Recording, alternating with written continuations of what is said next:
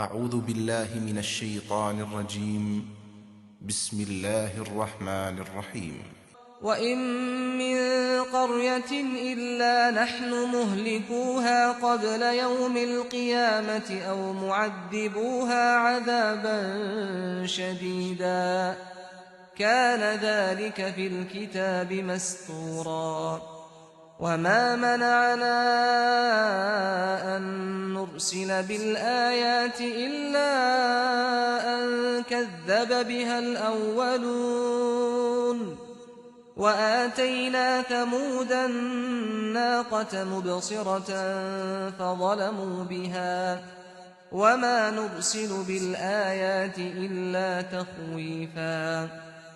یہ عذاب کے لیے جلدی نہ مچائیں، حقیقت یہ ہے کہ کوئی بستی ایسی نہیں ہے جسے ہم قیامت کے دن سے پہلے ہلاک نہ کریں یا اس کو سخت عذاب نہ دیں۔ یہ خدا کے نوشتے میں لکھا ہوا ہے۔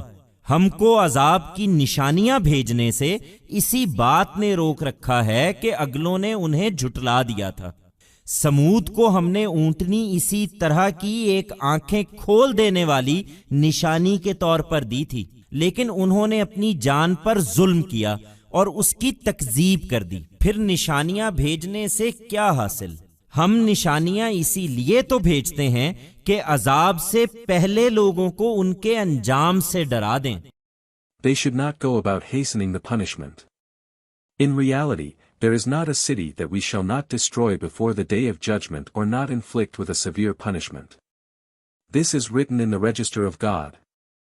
What has stopped us from sending signs of punishment is that the earlier generations had denied them. We had given the Samud a she-camel, in a similar way, as an eye-opening sign, but they were unjust to themselves and denied it. What then is the use to send signs? We only send signs to frighten people before punishing them.